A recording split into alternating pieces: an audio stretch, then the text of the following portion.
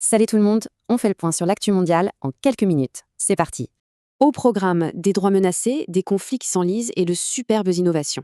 On commence direct. Première info en Chine. Human Rights Watch vient de sortir un rapport dénonçant une pression d'État ahurissante.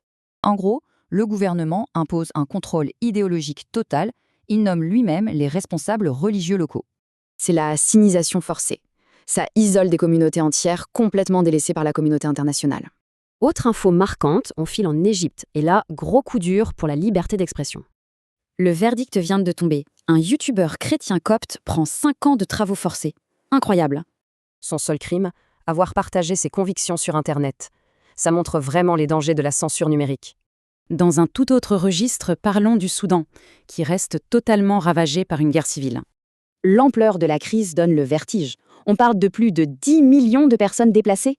Fait très alarmant, des frappes de drones visent carrément des hôpitaux civils et des sites religieux. L'actualité nous emmène ensuite au Nigeria, dans l'état d'Ekiti, où la violence a encore éclaté. Le bilan ? Plus de 40 personnes enlevées et un leader assassiné en plein rassemblement communautaire. Le truc, c'est que ces enlèvements ciblés sont devenus une véritable industrie criminelle très bien organisée. Avant-dernier sujet, l'Inde.